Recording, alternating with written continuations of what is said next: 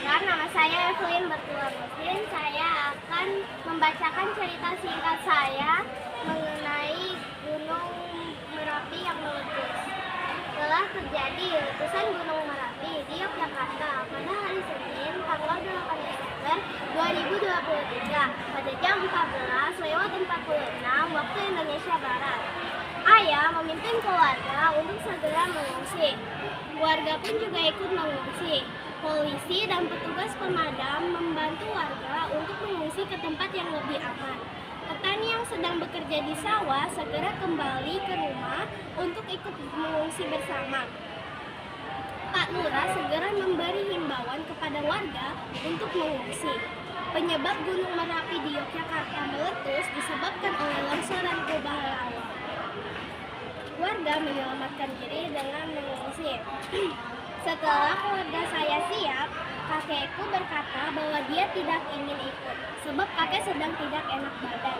Bahkan kakek siap untuk menghadapi ajal di rumah kesayangannya. Ibu dan ayah sangat kebingungan. Tentu saja ibu dan ayah tidak ingin meninggalkan kakek. Saya berlari keluar untuk meminta bantuan. Rupanya di luar ada seorang pemadam. Saya menjumpainya dan meminta tolong agar kakek dibantu ke tempat pengungsian. Sebab kakek saya sedang tidak enak badan. Sementara di dalam rumah, ibu dan ayah masih terus memohon kepada kakek agar ia ikut ke pengungsian. Saya dan petugas pemadam masuk ke dalam rumah. Saya menceritakan semuanya kepada ayah. Ayah pun berterima kasih kepada petugas pemadam karena telah membantunya. Di perjalanan ke tempat pengungsian, mata Adit terkena debu akibat hujan debu. Karena dia membuka kacamata yang diberikan ibu untuk menghindari hujan debu. Terlihat banyak polisi yang sedang mengevakuasi warga. Sesampainya di tempat pengungsian, kami mencari tempat kosong untuk duduk dan beristirahat. Rupanya di pengungsian sudah banyak warga yang sedang beristirahat. Lalu Pak Lurah berdiri dan memberi pengumuman bahwa warga tidak perlu takut lagi karena di pengungsian sudah aman.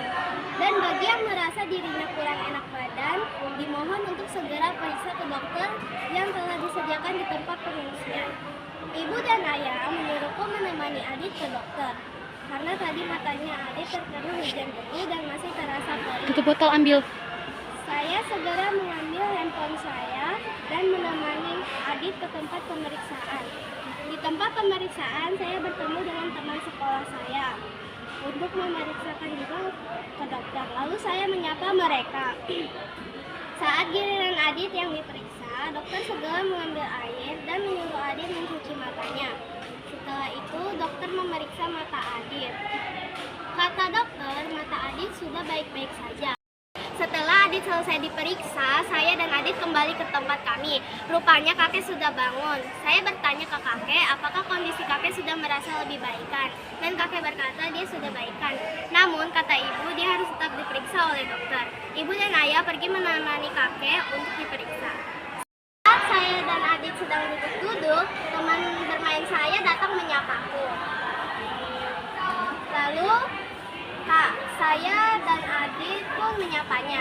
Setelah itu mereka pergi. Saya dan Adit berbaring di karpet dan tidur menggunakan selimut dan mantel kecil yang kami bawa. Ibu dan ayah telah kembali mengantar kakek. Lalu mereka juga tidur. Warga di tempat pengungsian satu persatu mulai tidur karena sudah malam. Kami di tempat pengungsian hingga gunung meletus berakhir. Demikian cerita singkat dari saya. Terima kasih.